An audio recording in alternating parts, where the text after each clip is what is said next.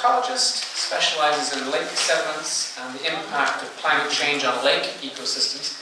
His research career began at Ballyronan on Lough Neagh in the late 1960s, so he is well aware of the cycle of life and death, and we pray resurrection on the Lough. He has an extraordinary list of international awards and honorary degrees, including from both Ulster University and Queen's University, though it's the one in Kingston, Ontario, rather than Rick and his wife Jill, who are with us tonight, the heading of this, Jill too, involved in the local environmental action in their native Yorkshire, including along the River Wharfe. Happen to have connections with the Nailers because of the Yorkshire Dales, and the fact that they all came over here just before the conflict really broke out. And so that Yorkshire, Northern Ireland subgroup continues to thrive. And he's going to be talking to us about those communal responses to climate crisis on a global level. Speaking about trying to save the planet, a Yorkshire village approach. Again, he has agreed to follow his remarks with a time of Q&A. Join me in welcoming Professor Rick Battarbee.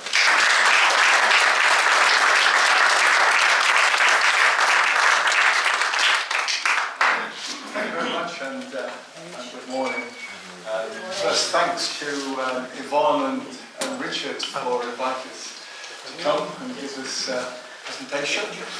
It's always a real pleasure to be here because we started my research career in Northern Ireland. It's also a pleasure because I first met my wife Jill here, in fact, as well. And although our parents lived very close to each other in the Yorkshire Dales, we didn't meet until we actually got together in Corrymeela, as it is. But the research was based in Battarbee at that point. And on that particular note, I was saying to it's sad to come in my career because we were working on research projects on Lough Neagh in the late 1960s, early 1970s, and I'm looking at the age spread in the audience here. In fact, I would imagine you would all perhaps remember that it was in the late 1960s that there was a major pollution problem, very similar to the present one. In fact, 1967 there was a huge algal bloom. It just appeared overnight, and just at the time when the new University of Ulster was established, a freshwater research laboratory on the shores. And that gave rise to a lot of research, a lot of questions, a lot of good science, and some solutions to the problem. The solutions at that point was to extract phosphorus from the main inflowing sewage works. And the research showed at that time that, in fact, the problem for Lough Neagh wasn't to do with agriculture at all, it was actually to do with human sewage. And that seemed to resolve the problem. But it's just really sad to see that in the 40 or 50 years since then, the loch has actually got worse and worse, and it's almost clear now that the problem is an agricultural problem. But there are other problems as well, which I don't want to go into because that's a complete digression from a Yorkshire. We're talking about trying to save Lough Neagh, probably, but this is trying to save the planet, which is a bit more of a challenge, I would say. But trying to save Lough Neagh, I think, is going to be difficult. But that's a real digression. So let me begin by going straight in at the big scale. We know we've got lots of environmental problems that we face, but these two big ones that we summarise perhaps, the challenges that we really face globally, global warming and global ecological destruction. You can call it different things. What's the evidence for that? Here we have a graph, as you can see, of global temperature going back from 1850 through to the present day at this point here, but then extended into the future to beyond 2050. But what's of real concern is the extent to which there is a complete deviation from natural variability. The evidence that we're dealing with here is quite clearly a problem of human impact on the climate there. And the fact that, according to many climate scientists, that we actually reaching perhaps dangerous levels quite soon. I put their safe limit at 1.5 degrees centigrade, possibly at the current level of warming, around about the early 2030s. And then as we, every half a degree or more, in fact, we can have quite a significant effect. And the problem is that at some point in the future we don't know in fact what the responses will be, and there's this big question of tipping point. To what extent will it just gradually get warmer and wetter or whatever, and we'll be able to cope with it and adapt as we go along, or will there be some kind of tipping point where we'll move into a particular state of the climate which in fact means it's very difficult for human society to function as we know. What is the evidence that it's human impact? And we know it's the carbon dioxide or many greenhouse gases that drive the climate system in terms of human activity. And this famous Keeling curve here, starting in the late 1950s, Keeling actually started this on Mauna Loa, measuring the concentration of carbon dioxide in the atmosphere. Nobody was particularly interested at the time. He's one of the good interests about curiosity-based science. You start to measure things or try to understand things out of your curiosity. And some of these things turn out to be extremely important in the long term. This is now measured, of course, in many, many laboratories around the world. And we know now that we're well into over 400 parts per million of concentration of carbon dioxide. You can actually measure the concentration of carbon dioxide going back historically from bubbles of atmosphere trapped in Antarctic ice cores, and we can show that over the last million years it's never actually been higher than 280. So we're well outside that level of natural variability over the last million years or so. But then what about trying to summarise the ecological destruction? It's not so easy to encapsulate that in one or two slides, but this is a graph, simple graph drawn up by the Millennium Ecosystem Assessment published in 2005, and it was just looking at the species trend in three major compartments: terrestrial species, freshwater species and marine species, with a baseline of 1970. And you can see this decrease in that index over time to the year 2000. And I'm a freshwater ecologist, and it's of concern to see, in fact, the red line there, in fact, we're losing species more rapidly from freshwater ecosystems than other ecosystems. More recently, a publication here, WWF, with Zoology Society of London, looking at the evidence for species change and the abundance of wildlife change over this period 1970 to 2018, and coming up with this very precise figure of 69%, but this is just based on the analysis of all the available high-quality data sets, long-term data sets, as you can see in the text there, showing that over this period of time there's been a 69% in the abundance of vertebrates populations on the planet. At the same time, we've seen the increases here in population, in carbon dioxide emissions, in numbers of materials extracted, in terms of meat production, in terms of dams, all the kinds of things that population growth as required, in fact, to sustain populations. But it's been at the expense, obviously, of habitat and biodiversity. So these are global issues. So a question that you have when you retire to a small village in Yorkshire, you say, well, okay, we're not in a university in London now, we're in a small village in Yorkshire. Well, how do we actually transfer that kind of sense of importance about these issues into our village community? How are they expressed locally in Yorkshire? Clearly here, how are they expressed in Ballycastle, things that you can perhaps get your teeth into in a local context. Well, we know that one consequence of the climate change is higher intensity of storm events. Probably here as well. It was always wet, I remember here in fact, but in many wet places in the world it is even wetter.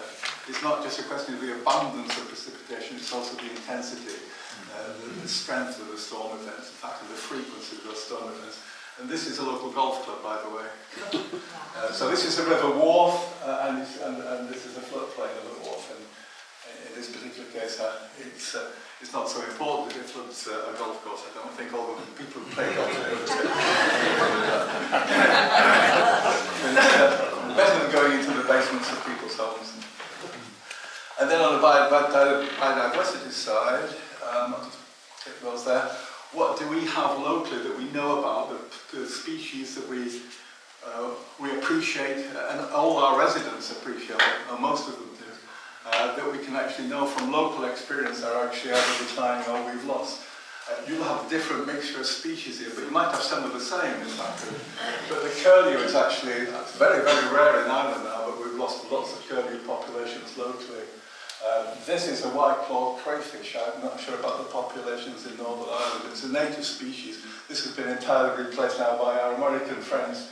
The American crayfish, that's been lost completely. Hedgehogs. Detecting a trend. You're getting a pattern.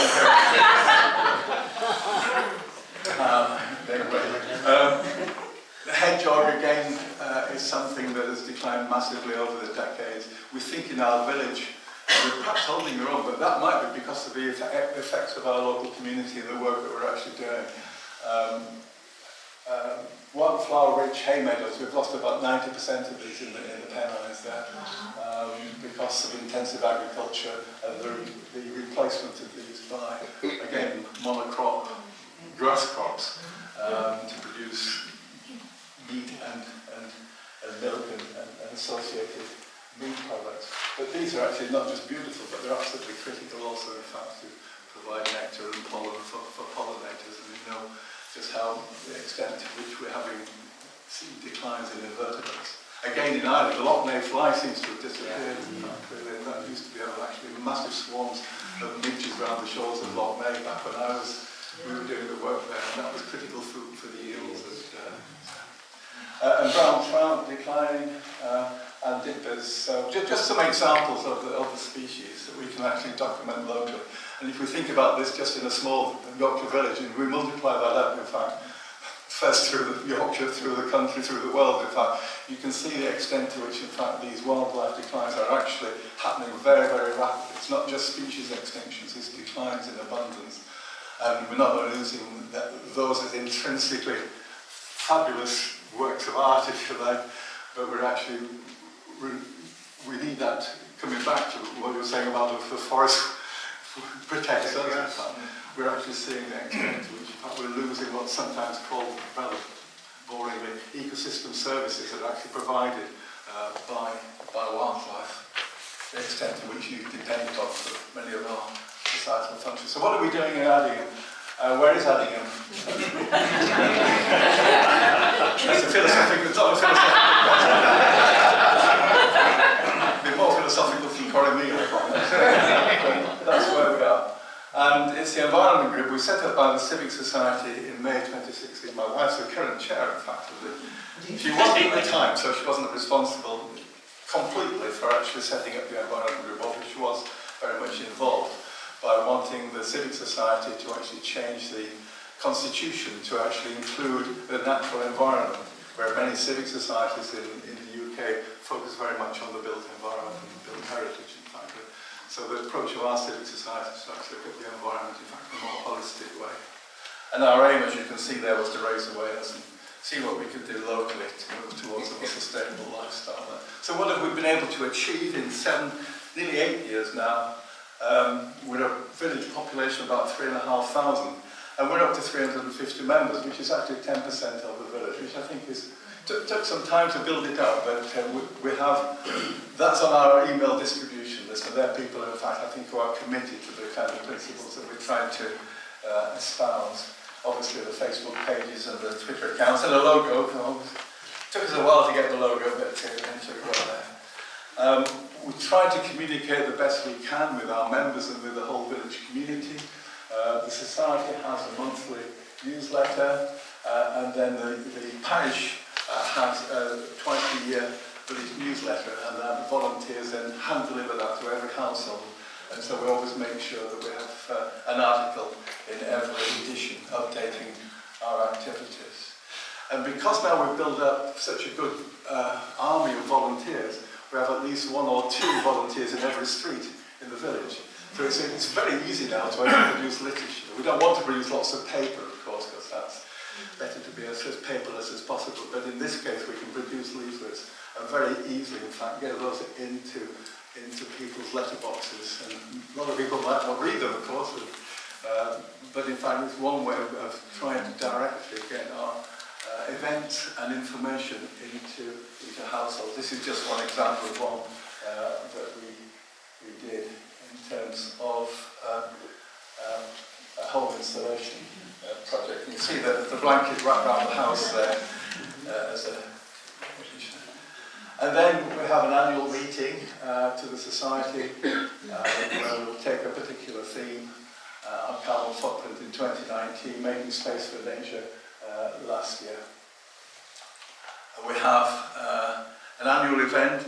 We've changed this now, but we had a whole series of environment weekends which were really very popular, well attended and very interesting. We work as much as we can with young people in the village. This is Himalayan balsam. Actually, you've got lots of Himalayan balsam actually in Corrymeela. I think there's lots of Himalayan balsam in Northern Ireland.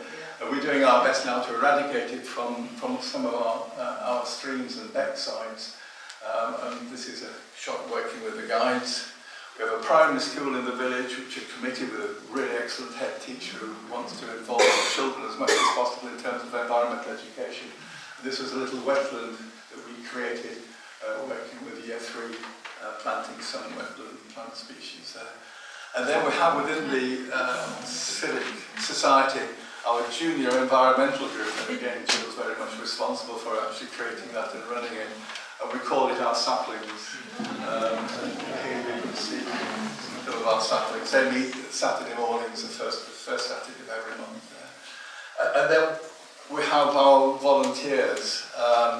And this is a Saturday morning weekly now through the whole year.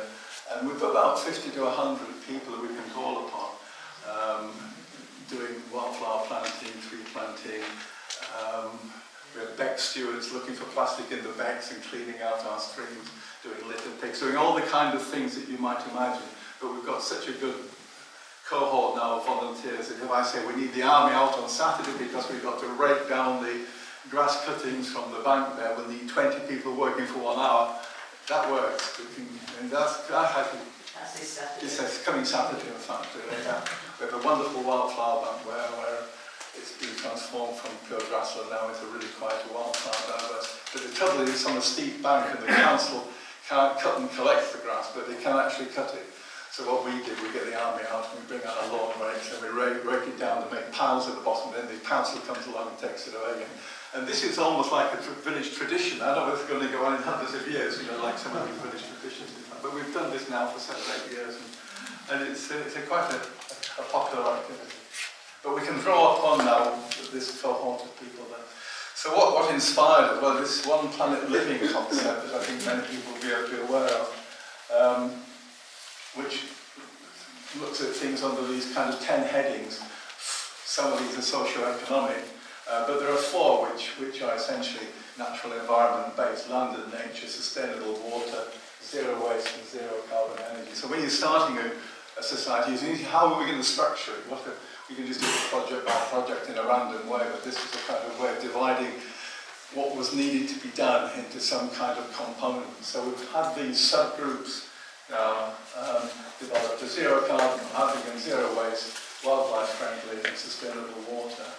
And these groups meet quite frequently to decide what to do. So I'm just going to go through a whole lot of examples of the projects that we've been doing under these 4 headings.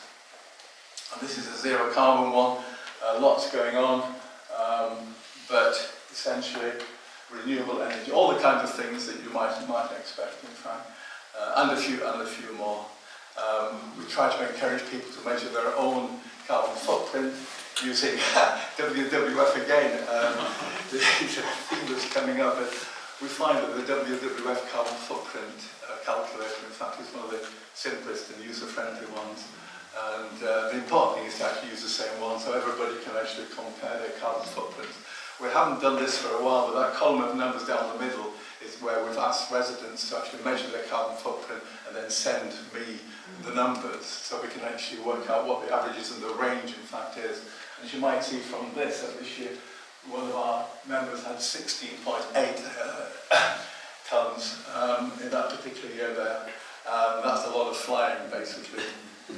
Whereas we had people with 6.7 when in that particular year I think the national average was something, as you can see there in 2021 it needed to be about 10.5. So people could look at where they were in relation to the national average, and we could look at it almost as a village, it's by a sample of course, but we could look as a village community about where we were. in relation to the natural average as well. So that's a kind of starting point, I think. Really. We've also got, which has been very successful with a grant, we've got a thermal imaging camera, and we have 2 of our members who are actually trained to use this. And any resident can invite David or Ian to go to their home and do a survey, an internal survey, looking for cold spots basically. And it's been really popular. We'll be the 3rd year we're going to be doing it now as we're coming into the sort of colder period there. And it's just looking at where there are drafts and the bits of insulation needed here as a guide to what to do, often in a very, very cheap way. And of course that's important, not just in fact to save the planet, but of course people are concerned with energy bills and keeping warm over the winter period. But that's been really successful. And we also have a set of little gadgets like that. It's in the library, so you can borrow these like a library book basically. And you can actually check out the temperatures of your walls, or you can plug this device in here, in fact, look at the energy usage of an appliance and assess the extent to which, in fact, it's actually could be changed to become more efficient. Solar panels have been mentioned. Again, we've got solar panels, but if you actually look at the number, being a village of 1,500 households, and solar panels being pretty obvious, you can go around and count them. And you know which addresses have got them, and we can do that on a year-on-year basis, so we can see whether we, what progress we're making. But it's still sad to see that only still 3%, in fact, and it could be they're not all north-facing. It could be that we could increase it rather massively, and then help people to not only save the planet, but also in the longer term to save money. By generating some of their own energy. Zero Waste Group, again, we follow this hierarchy of the waste hierarchy, reduce, reuse, recycle, recover, and make sure that very, very, very little goes into landfill. And a lot of people talk about recycling, but this idea of, one, reducing, we don't need to buy as much as we do buy, but we can actually reuse lots of things too. And where we promote that is an annual jumble trail, and this has actually proved to be really quite popular. And where we have something like 40 or 50 stalls around the village where people, hopefully it doesn't rain that day, where people can bring things, just have and put tables outside their houses and find all those bits and bobs in the attic or wherever, or things that they no longer use but are actually still in very good condition there. And then people with the tables can raise money for charity or give it to us. A better thing to do. But we'll be doing another one of those in May, and that seems to be something that I think again we can actually sustain in the long term, because if people actually even email when's the next one going to be, and when people do that you realise you're actually not forcing people to go out and do things, which sometimes you feel as if you're trying to do, but in fact where actually communities are actually asking for an event to be repeated. So it's important, I think, to build upon that enthusiasm. Recycling, of course, we can try to calculate how much we recycle as a village, and it's not all that. Everybody tries to recycle, but there's still a lot of misunderstanding about what goes in which bin.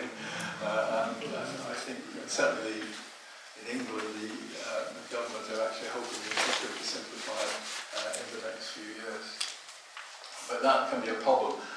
People putting dirty things in the recycling bin, but also putting recycling things that could be recycled actually in the residual waste bin in our case there. So trying to get people to actually intuitively understand which goes where is quite a challenge.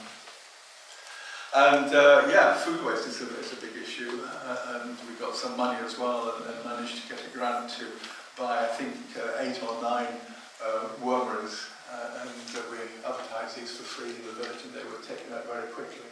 I don't know if, I know Yvonne has a wormery, but I don't know how many people here have wormeries, but they're good fun. But it's one way of getting rid of cooked food waste.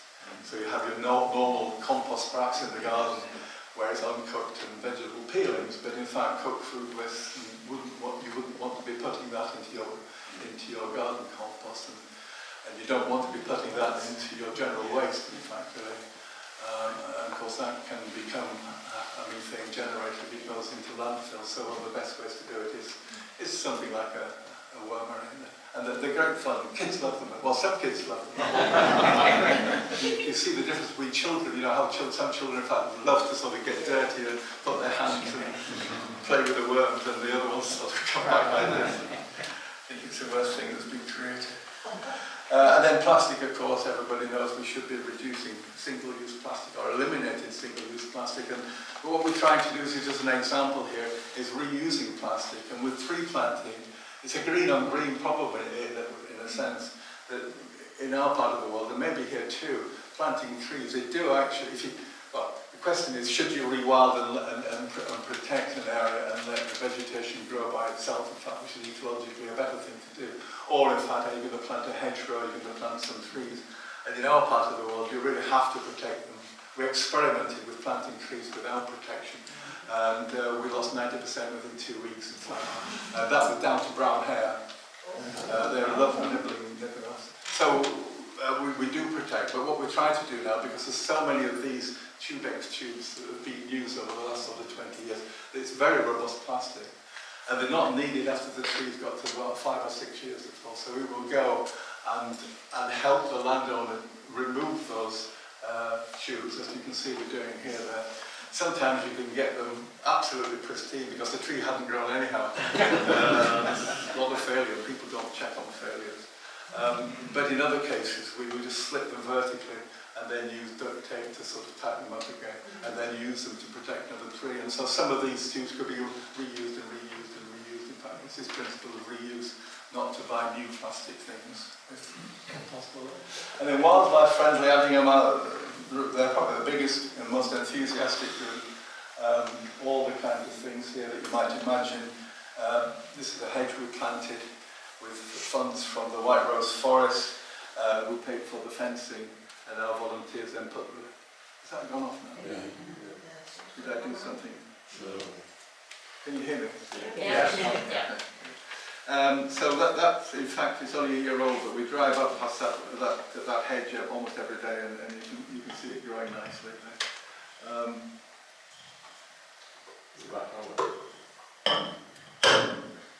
That's come back on, is it? Yeah. Okay. And here you can see these reused tubes, the black duct tape there. And if we can, we actually even reuse the cable ties. You've got to be very careful with your thumbnail, in fact, to actually pull them off. But we collect all the cable ties and reuse them as well there. And this was a kind of eroding gully. It's a headwater of one of our becks. And so we're planting here alder and willow to stabilise the slopes and suit it for that wet ground there. And I need to go up and take a photograph because that's 2 years old, but that now is nice and green, and you see the trees coming out of the tops of the chimneys there. Just an example. And within the village we've got some nice green spaces. This is kind of has been and still is to some extent controversial because lots of people in our village, maybe here, like to see their lawns and verges neatly cut back by the council. But we like to see them grow and generate wildflowers. And this is one right in the middle of the village called Old Station Way. There used to be a railway station there. We've lost it like many people. But in its place we had a grassland that was very uninteresting. But over 6 or 7 years now, we've set seed, we've done some plug planting, but there's also been some natural colonisation as well. And it's absolutely delightful. Although there are still people in the village who walk past it would like to see it. And the problem about that is that one of those persons still in the parish council. With the school we worked closely. There was an area at the back of the school that was being used for high jump and long jump, but they were no longer using it, so we said, well, why not place it into a wetland and put some scrapes in and some ponds. And this is the pond, as you can see on the left, in 2021, when we just finished it, 2023, looking really natural there. That was a long jump pit. So we took where it had lots of sand in it, so we just took the sand to the side and created the shape for the pond. But that immediately was full of frog spawn with newts, and we see dragonflies there now. And it's right next to the back of the school playground, so it's just so easy, in fact, for that to become part of the curriculum there.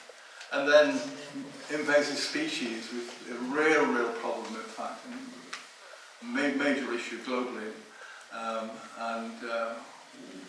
the major issue actually, I've mentioned already the crayfish, but we've got these Himalayan balsam, Japanese knotweed, and giant hogweed are the three big ones, and I think you have them here in profusion, and they're very, very difficult to control. But by having lots of volunteers and doing it as thoroughly as we possibly can, starting at the tops of the beck systems, in fact, we can gradually control the balsam, and we've just about now, after 6 years of doing this, eradicated the balsam from our becks in the parish there. I did a back of the envelope calculation. If you pull, have you ever done Himalayan balsam? Yeah. Pulling, it pulls up nicely from the root. It's very therapeutic, in fact. And you can I did a kind of calculation about how many you would pull up if you're doing it like this. In fact, and it's really quite a lot within an hour. And if you've got sort of 10 people working for 2 hours, three times a week, over 8 weeks, I think between us now, we're actually well into sort of over 500,000 of these. Still they come, but they don't come anything like as profusely as in the past. And it's really important. They are attractive, they do provide a nectar source for bees, but the problem is it becomes a monoculture of weeds, and they outcompete the native flora. And the native flora, of course, is a diverse mixture of flower types and colour types, which serves the needs of lots of different insect types as well. The wasps, the bees, the moths, of course, which are extremely important. Whereas Himalayan balsam, despite the fact that there's a flower with a lot of nectar in it there, is not actually providing that kind of variety of food sources that's needed, in fact, for our natural population of invertebrates. So it is important to do it. And we have to act, and you have to be able to understand that to explain it, because there are people who say, well, it's lovely, and the bees like it. So what's the problem? Why don't you let it spread? But if you can, control it.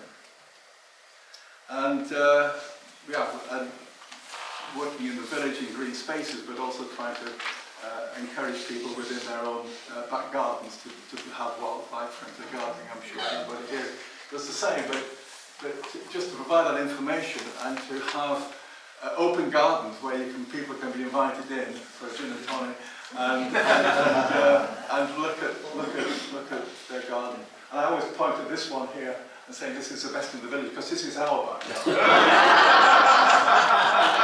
So there's our pond, and there's our lawn, and we've got patches, so we cut quite a bit of it in fact, but we actually leave some of the patches on to grow. And we had in this particular pond patch this year, we did have an orchid in fact, but we didn't put in, it just appeared.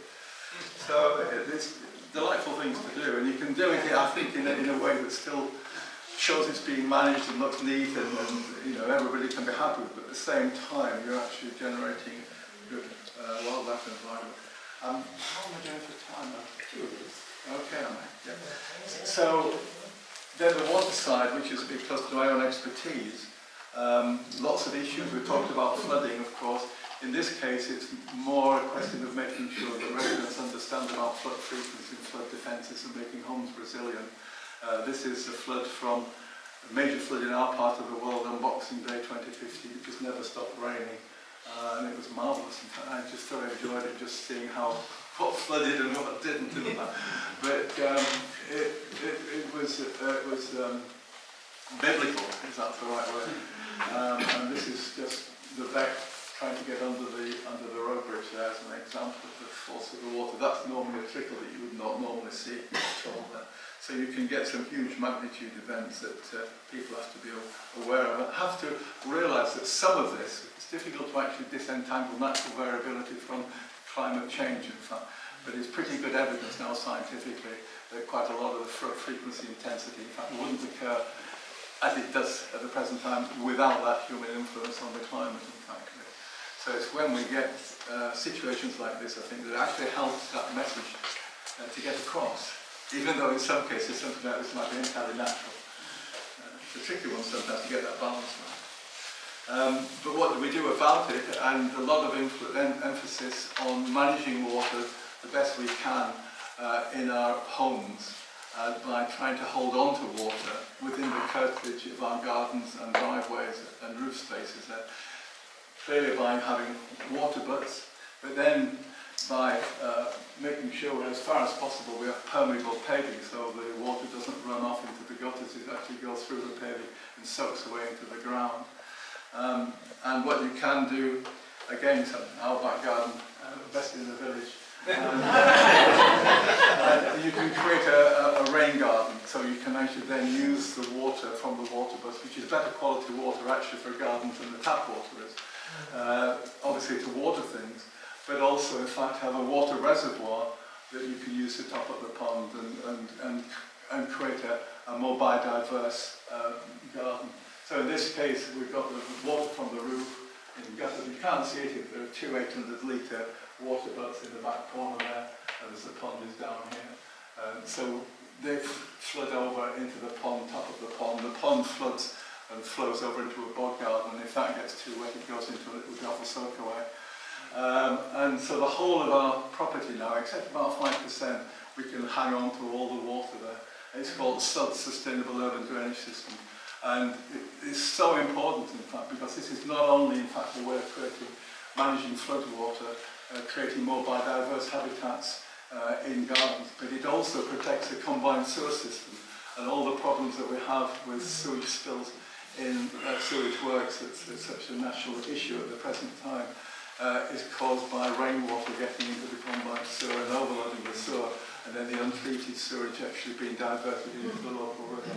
So this is one of the better solutions, in fact, by if everybody, like everybody else solar panels, if everybody actually held on to the water and things, there'd be less pollution of our rivers.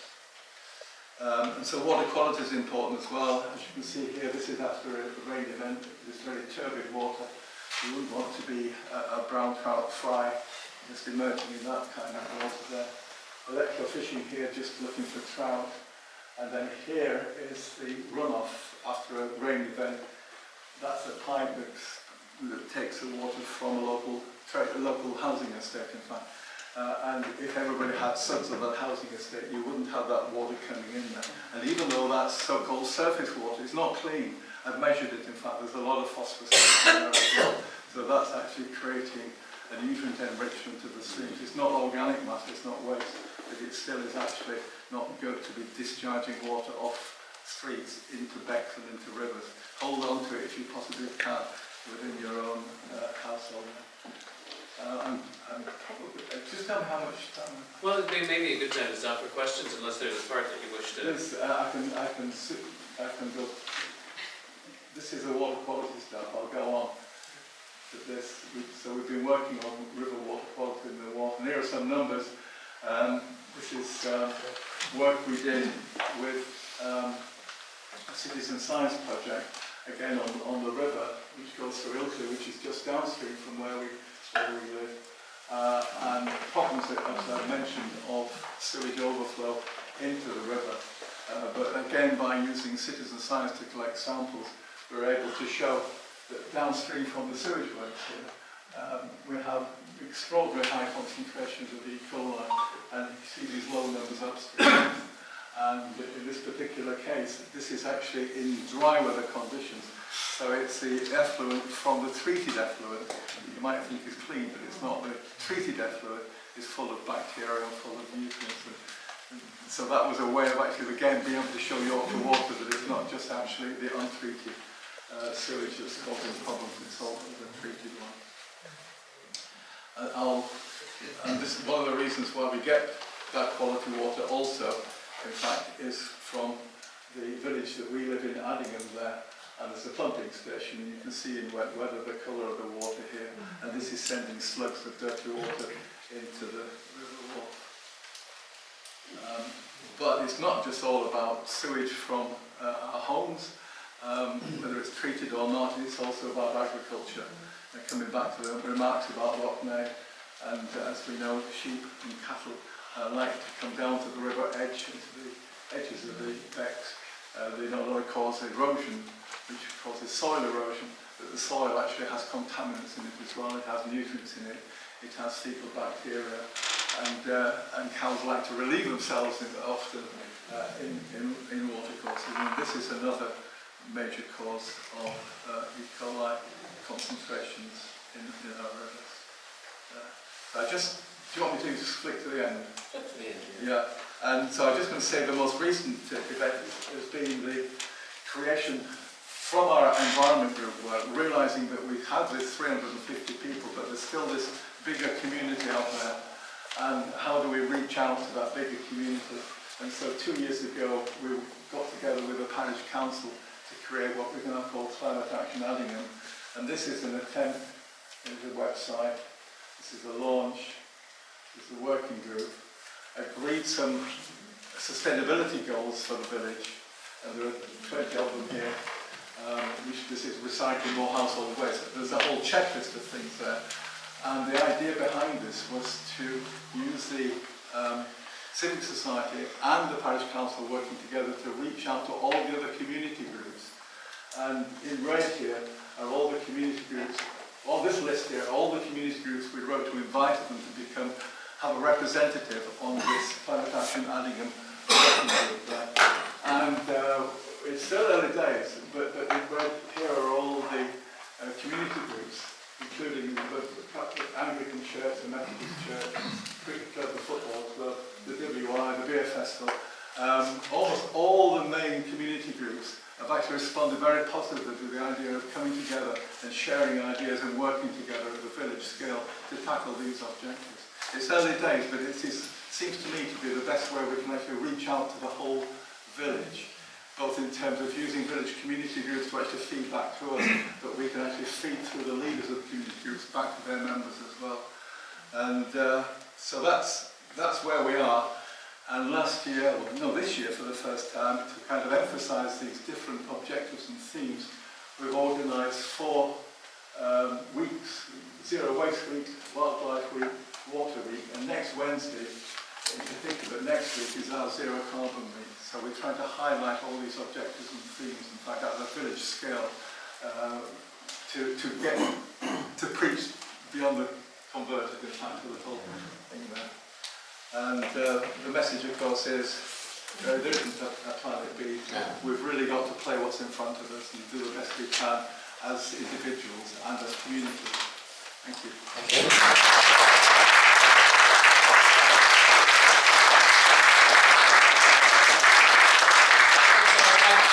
I'm struck by, in some ways, the dialogue between this morning conversation with Martin and this, in that we heard about the power of story, and here we have some of the power of numbers, but also the practical sort of action of things that are going on. But also, I would like to ask a little bit about the compounding nature of this in terms of, I thought it was really striking that you had 10% of your community involved in one of these 4 areas, or at least on the mailing list.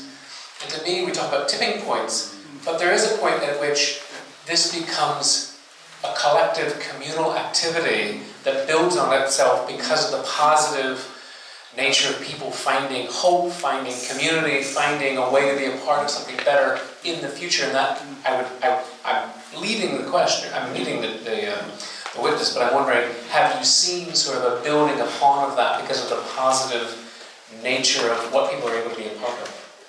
Oh, absolutely. I'm not sure where that tipping point comes in. There is a sweet spot, isn't there? Is it the 20% or something like that? I don't know what kind of science this is, but there's some research which shows whatever it is, if you get beyond maybe 5% of a population, the rest will follow. It's a kind of leadership issue. If you're only being able to persuade 1 or 2 people, you're never going to get anywhere. What is that minimum target? And I think at that 10% we're probably maybe not quite there, but people do begin to tell stories. You begin to have a reputation, and people begin to see results. That's the other thing, in terms of that volunteering. And it's why the climate change one, to some extent, is a bit difficult.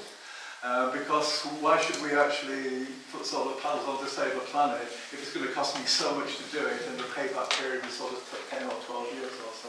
But certainly with, say, the wildlife planting, we can actually come back 2 years, 3 years later, and you see things growing. And that's a very positive reinforcement or positive feedback. It speaks to me in that Corrymeela is about reconciliation through community. And so the idea that there are so many positive examples of, kind of the the repair shops, the repair workshops, the upcycling, the community activities, be it ripping out Himalayan balsam together, does build that sort of communal connection that can build upon itself. I'm a little concerned about sending the Corrymeela community out on things like that, because I did have one member of the community who pointed up to where I lived and said, you know, there's a noxious, invasive species that lives up there, and it's called an American skunk cabbage. And it took me a while to realize she was talking about a plant rather than myself. No. Anybody else have a question or something they'd like to raise from the conversation? Yes, Mark. Thank you very much, Professor Battarbee. Are you aware of the debate between the George Monbiot wing and the Chris Mage wing, between a sort of major rewilding and the small community farm future? Where do you sit on the spectrum of that? And maybe more importantly, is there not a place in the middle where we can take the best of both? Yeah. I sit cautiously. No, but I think these have to be compromises. I think, again, coming back, there's a really important role for science. It's actually understanding. So I was saying there's a really important role for science, in fact, in terms of looking at both if they're extremes or not, in fact. I mean, part of my research was as a paleoecologist looking at how ecology changes through time. So you can actually go back, and you can go back to situations before we had people, before we had agriculture, and you can see all these progressive impacts of people actually, their imprint on the land. So I think you need to understand that, and that informs the debate. But what direction you then take, what decisions you then take, I think just very much depends upon your vision of the future and your sense of responsibility as an individual. For me, not living in that community, I would actually look at it as a townie, although I did grow up on the farm before, and I would actually see that for me as a rewild. I would be on the Monbiot side, in fact, really, in a sense, really, because I actually see the benefits of what I would call as managed rewilding. Sorry about managed rewilding, in the sense of knowing what the natural situation of that patch of land or that landscape was at different times in the past. And then you say, well, what would we like to see in the future? Now, if you're thinking about invertebrates and pollinators, then you have a different view to, well, whether you actually let the grass grow and take the sheep off, you know. If you're an ecologist, in fact, the worst thing that actually happened to the uplands was the introduction of sheep. There's no doubt about that, in fact. The compromise might be, in fact, where can we actually reduce the amount of sheep that we've got there through the way that government provides subsidies? In fact, can we actually switch toward native breeds of cattle, in fact, on the uplands and move towards that kind of management of the landscape and find some sweet spot in between the two, in fact. So I would want to actually look at it in terms of what the knowledge of landscape change, and ecological change, knowledge of the local communities, where they're coming from, the stories, the traditions, the family farms and all those kinds of things, but then somehow trying to find out what is actually sustainable and what actually protects, perhaps more critically, the ecosystem services that these landscapes provide. So they're actually very responsible in terms of water quality coming from those upland farms in this particular case, or in terms of provision for pollinators, so don't keep ploughing up the field and putting crops in, leave the buffer zones, protect the edges of the banks, plant trees in the corners, all those kinds of things. But in a way, hopefully, that still sustains the livelihood of the people who've actually lived on that landscape for a long period of time. I think it's a tricky one to do, and there's lots of vested interest, and there's lots of I'm not going to change sort of mentality as well. So it's probably I sometimes call, a lot of people call this century a transitional century, and in a way, there are some fast transitions, there are some slow transitions, and I think there are slow transitions. Yeah. Thank you. Any question? Yes, thank you. Kathleen? You talked about a lot of confusion over recycling, and if you go to different areas, they do it in different ways, and people get quite very confused. I just wondered if you thought there was a place, because it seems to me as there was a lack of interest from the government, really. Could there not be some sort of best practice that everybody, as a national... Yeah, absolutely. I'm not sure that the absolute details of where we are, in fact, and whether in fact Northern Ireland will be different from the rest of the UK.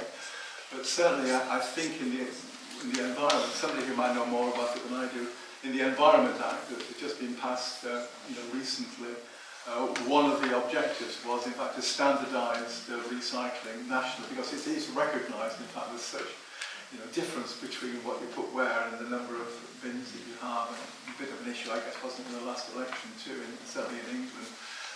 But one of the problems is that different local authorities have invested in different kinds of treatment processes. And if you've got these great big sort of recycling centres, which are actually equipped to actually separate things in a particular way, you can't suddenly actually change the collection system without changing a lot of the infrastructure that is already in place. So there needs to be, again, this kind of target of standardisation and simplification. But in fact, the local authorities have got to be instructed by government, in fact, to actually work to a particular common target. I think we'll get there, but it's a very slow process and it can be very confusing. Thank you. Thank you again, Rick Battarbee.